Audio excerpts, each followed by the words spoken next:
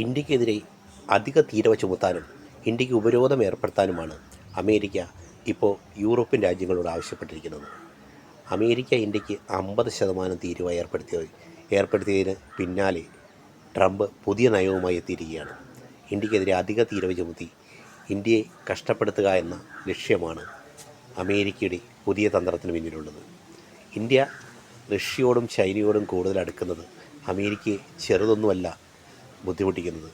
ഈ രാജ്യങ്ങൾ ബ്രിക്സ് രാജ്യങ്ങളുടെ ഒരു കൂട്ടായ്മ ഉണ്ടായാൽ അത് ലോകത്തിന് തന്നെ ഭീഷണിയാകുമോ എന്ന് അമേരിക്ക ഭയക്കുന്നുണ്ട്.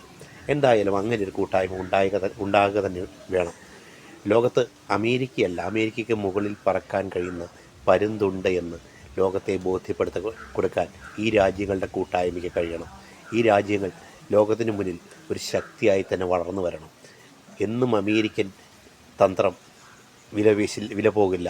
ആ ഒരു നിശ്ചയദാർഢ്യത്തോടെ ഈ രാജ്യങ്ങളൊക്കെ ഒരു കൂട്ടായ്മയിലൂടെ, ബ്രിക്സ് കൂട്ടായ്മയിലൂടെ മുന്നോട്ട് വരികയും അവരുടേതായ ഒരു കറൻസി ലോകത്തിന് മുന്നിൽ അവതരിപ്പിക്കപ്പെടുകയും ചെയ്താൽ തീർച്ചയായും അമേരിക്ക അതിനു മുമ്പിൽ പതറുക തന്നെ ചെയ്യും. എന്തായാലും ഡോളറിന് മുകളിൽ ഒന്നും പറക്കില്ല എന്ന്, ഡോളറിന് മുകളിൽ ഒരു വിനിമയവും നടക്കില്ല എന്ന അമേരിക്കയുടെ തന്ത്രത്തെ പൊളിക്കാൻ ബ്രിക്സ് കൂട്ടായ്മയിലൂടെ മാത്രമേ കഴിയൂ. ബ്രിക്സ് രാജ്യങ്ങൾ ഒന്നിക്കുകയും അവരുടേതായ ഒരു കറൻസി ഉണ്ടാകുകയും വേണം. അങ്ങനെ വന്നാൽ മാത്രമേ ഇനിയൊരു ശക്തിയായി അമേരിക്കയ്ക്ക് മുകളിൽ മറ്റ് രാജ്യങ്ങൾക്ക് നിലനിൽക്കാൻ സാധിക്കുകയുള്ളൂ. അമേരിക്ക ഏർപ്പെടുത്തുന്ന ഉപരോധം കൊണ്ട് പല രാജ്യങ്ങളും ഏറെ ബുദ്ധിമുട്ടുന്നു. ഇപ്പോൾ ഇന്ത്യയിൽ വളരെ വിലക്കയറ്റത്തിന് ഇടയാക്കുന്ന തരത്തിലാണ് അമേരിക്ക പല ഉപരോധങ്ങളും ഇന്ത്യക്ക് മേൽ ഏർപ്പെടുത്തിയിരിക്കുന്നത്.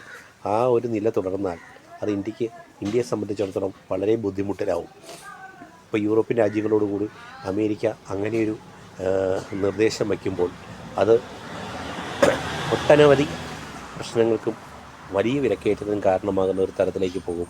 എന്തായാലും അതിനൊരു പോംവഴി ബ്രിക്സ് കൂട്ടായ്മ തന്നെയാണ്. ആ ഒരു കൂട്ടായ്മ എത്രയും വേഗം രൂപപ്പെടുക തന്നെ വേണം.